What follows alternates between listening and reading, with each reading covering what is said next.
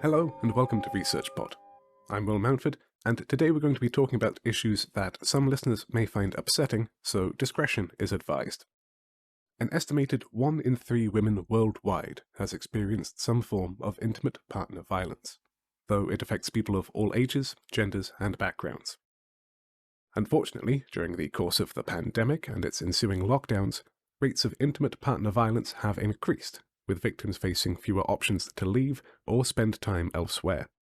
Dr. Caroline Piotrowski is a developmental psychologist specializing in studying adverse childhood experiences, particularly how growing up in a home with violence can negatively affect children and their siblings. Her research looks at how the contagion of violence can spread between those affected to those around them, and, most crucially, how its damage can be lessened and unlearned to stop it from spreading any further. Caroline, hello, thanks for joining us. Good morning, how are you? I'm very well. For my own sake and for everyone listening at home, could you tell us a bit about yourself, some of your academic background, and what brings us here today? Well, I'm delighted to be here today, and my background is in developmental psychology. So I've studied children and how they grow and develop over time. And when you study children, you also have to study their families as well, because their families are such an important influence on them. So I like to study how children grow and develop under situations that are quite challenging, quite difficult, and we call those adverse childhood experiences. And so the one that we'll be talking about today is how children deal with growing up in a home where there is violence either between their parents or between their parent and their parent's romantic partner, who may not live at home and may not be their other parent. Well, to be a little indelicate and to be frank, this sounds like hard work to do. It sounds like challenging, potentially traumatizing work to do. What in your career led you to this research, and how do you cope? Doing this type of research evolved over time. One thing just quite naturally led to the next. So I began my career researching how siblings got along together at home, just children playing at home with their mom. And my focus in my graduate studies was on how they managed conflicts with each other and how they invited or engaged their mom in their conflicts when they were not getting along. And that led to my interest in how conflicts between parents influenced how brothers and sisters get along with each other. And then that expanded to the impact of exposure to violent behavior in the home on children. So it's been a very gradual development over the years. And I think one of the things that is very helpful in this research is to understand that all of our findings are very helpful to families. They do inform clinicians and social workers and teachers and all kinds of people that work and support with families. And so I think that is definitely a bright side to the work that we do.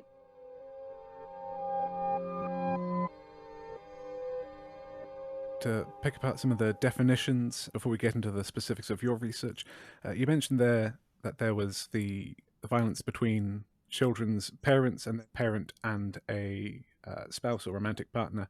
And I think in the literature this is domestic violence and intimate partner violence. Is that right? Yes, intimate partner violence, as we call it, goes by many names. And so, as you mentioned, it can also be called domestic violence, family violence, but IPV or interpartner violence, as we call it, broadly includes any form of violence between partners. Most people think of physical violence that happens, but it also includes sexual violence, psychological violence, which is belittling or humiliating or name calling. It also encompasses other forms of harm, such as neglect or financial abuse. And as you mentioned, it can be perpetrated by a current spouse or husband or wife, but also by a past spouse and ex-partner, as well as a romantic partner, so a dating partner, whether they share a home with each other or not. And so violence can occur during conflict between partners, but often it does not. Often violence occurs without a conflict going on. Mhm. And what are some of the incidence rates looking at research that you do in North America and Canada? And how broadly transferable are they to other societies around the globe?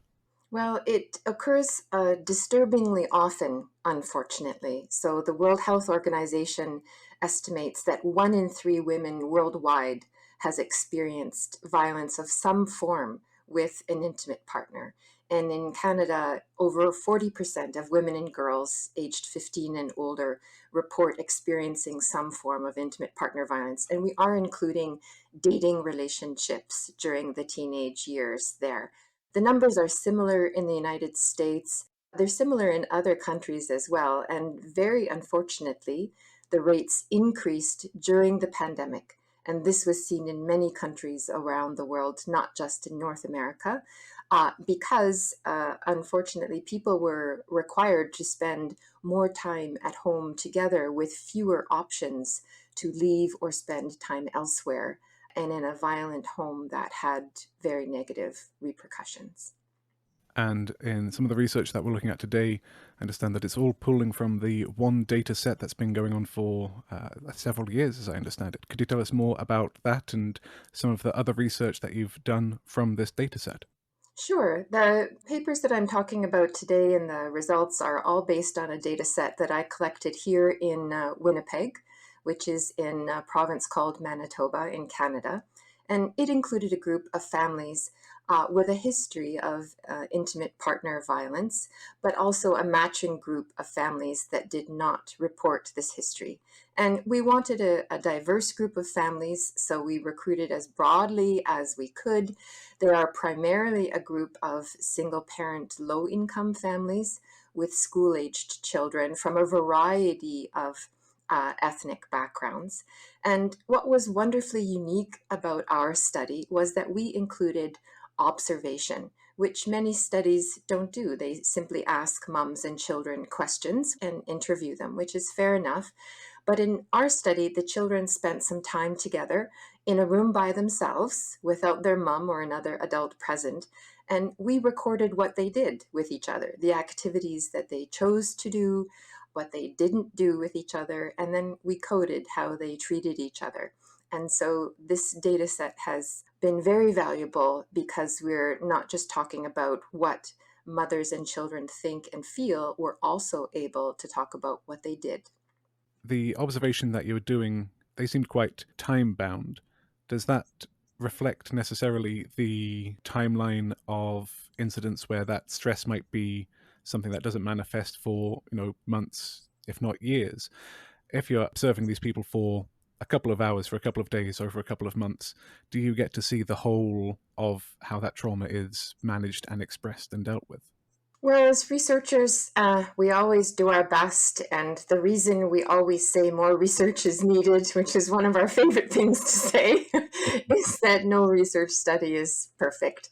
And so we try as hard as we can to capture the nature of children's experience and their mother's experience, but it's never perfect. And so, whether we're using interviews or surveys or using our observation, all of these are information gathering tools, but none of them will ever be perfect, which is why we use multiple methods and then try and look at all of them together and how they agree with each other and disagree with each other. And it's also very important to get the perspective of the family members themselves. So mothers are a wonderful source of information about how their children are doing and how their children are getting along with each other. And we pay close attention to what they say. But we also pay close attention to what the children themselves say about their experience and about each other, whether it's good or bad. And they often have plenty to say about their brother or sister. And some of it is quite charming and delightful, I have to say. So we are always doing our best to gather as much information as we can.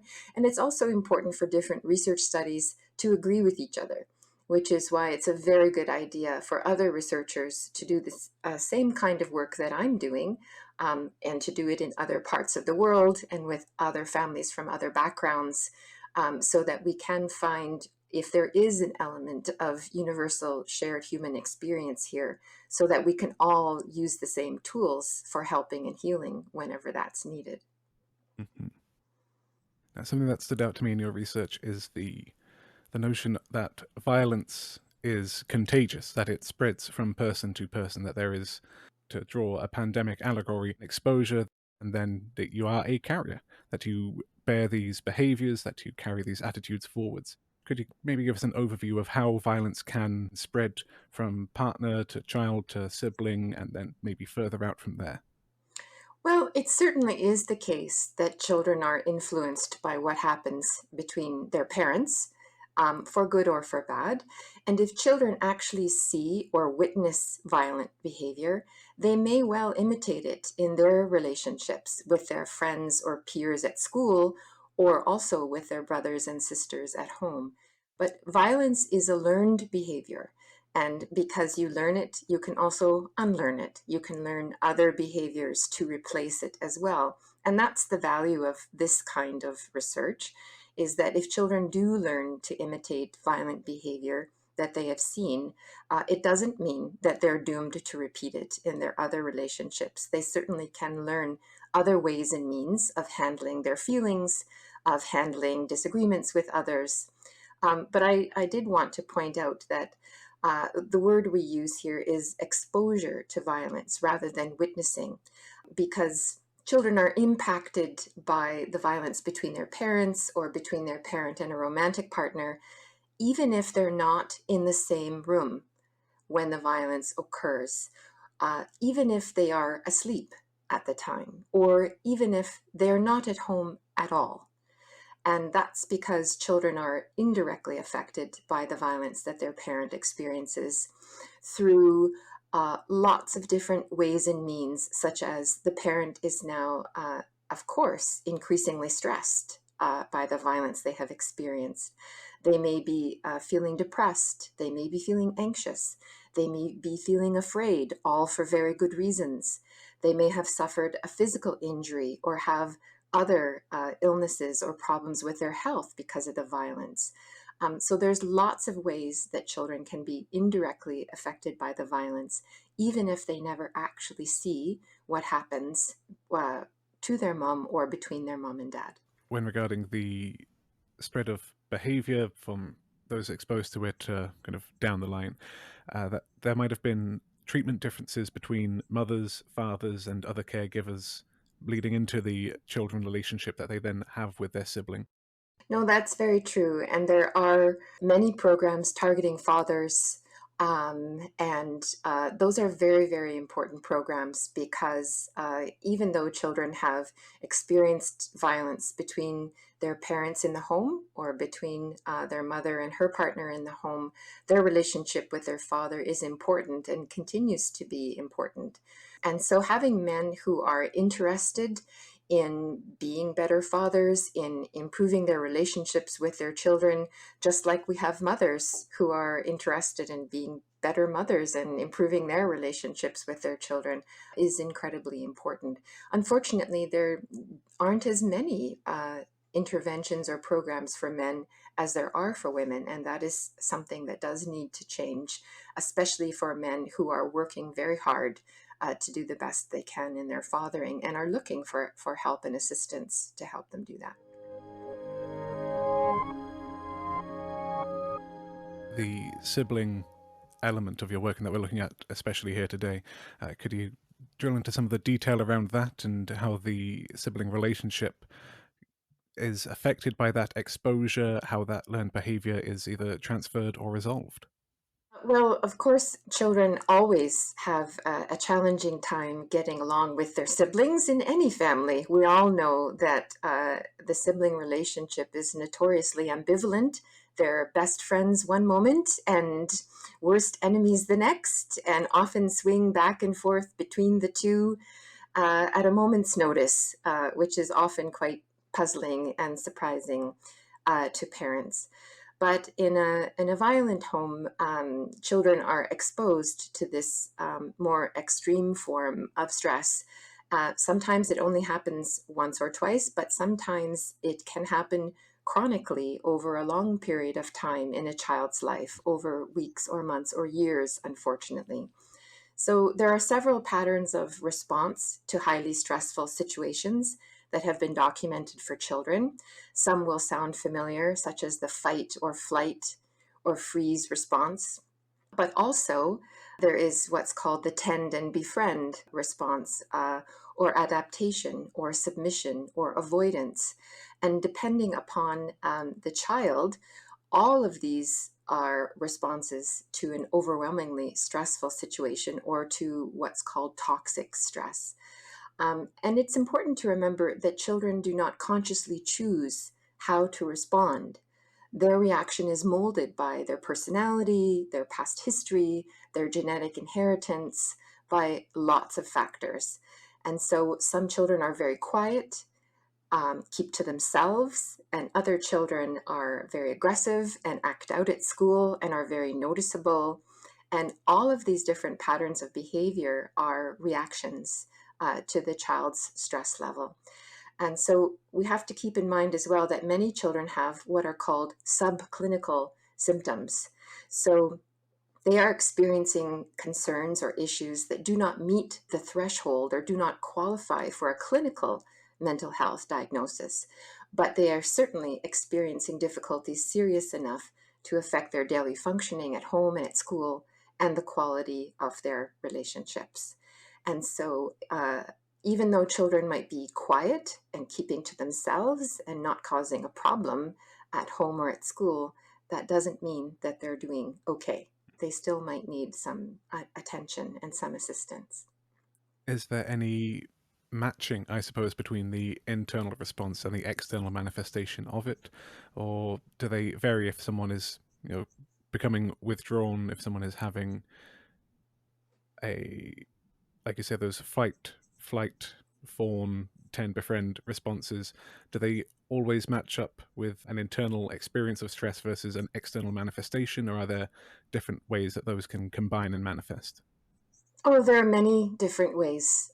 Human behavior is complex and sophisticated, and that's what makes the study of it fascinating, but also it's what makes helping people challenging. Mhm. So, people who have studied the timing and type of response that children have, this is called pathways or trauma trajectories that children have in response to toxic stress. Some children have an immediate, very large increase in difficulties or symptoms with a gradual decline over time. Others have a much smaller response that fades quite quickly.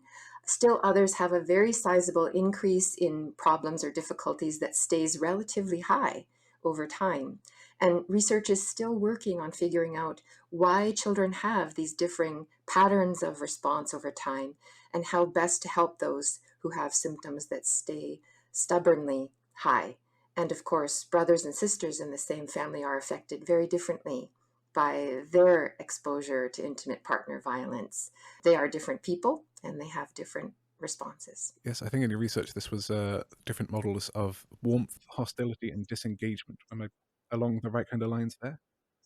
Very true. Brothers and sisters in the same family are affected differently by their exposure to intimate partner violence. One study that we did found that there are some similarities, such as feelings of sadness or depressive symptoms are more likely to be shared by siblings. But overall, each child reacts in their own way. And that makes sense given that they are different ages typically, sometimes different genders, they have different personalities, and other factors are different. They might have been exposed to different events in the home or different lengths of time exposed to violence. So, not too surprisingly, those children with fewer problems or symptoms on average got along better with their brother or sister than those children with fewer symptoms. And children with the greatest adjustment problems had sibling relationships that were less warm, that were more hostile, and that had higher levels of disengagement. And that means that when they were alone in that room together with different activities, they kept to themselves. They didn't pay as much attention to each other or do things with each other as much as other children. But there is another side to this story. We recently had a very interesting finding about pro-social behavior between siblings. And we found that brothers and sisters who were exposed to intimate partner violence engaged in just as much pro-social behavior with each other, such as helping and sharing, as siblings who were not exposed to violence. And their pro-social behavior was not associated with their adjustment problems or their mental health symptoms. So this is exciting because it shows the resilience of these children. Some may have more troubled sibling relationships, but they can still be kind and caring with one another despite those challenges.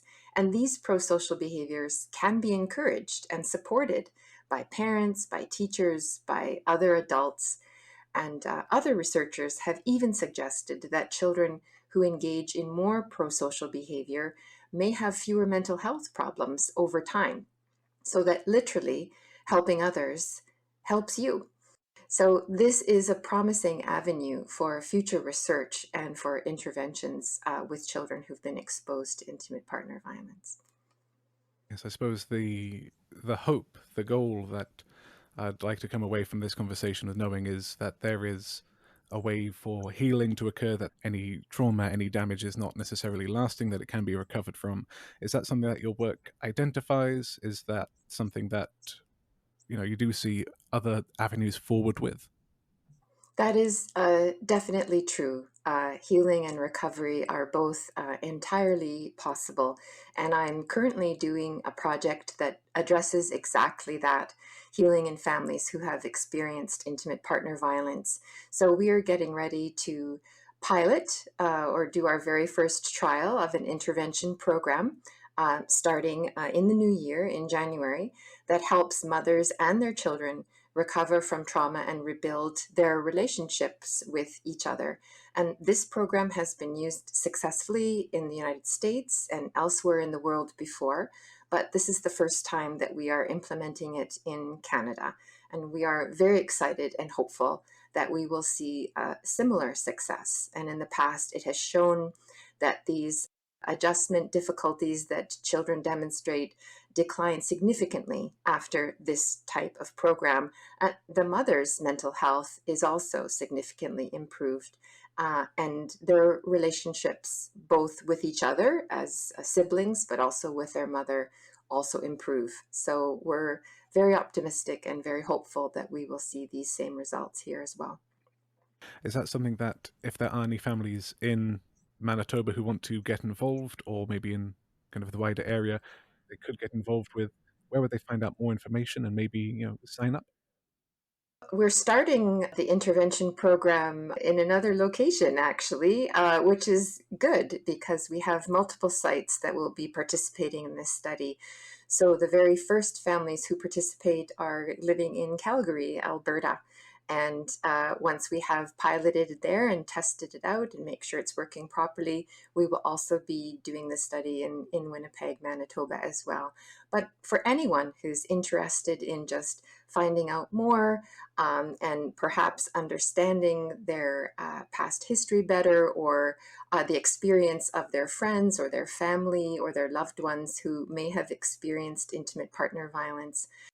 I do have a website that's called sibsmatter2, TOO.ca, and we try to post the information from our research studies in a very friendly way, easy to understand way. It's designed for anyone to access the results regardless of their background, so you wouldn't need to be a researcher to take a look and hopefully find something that is of interest and value.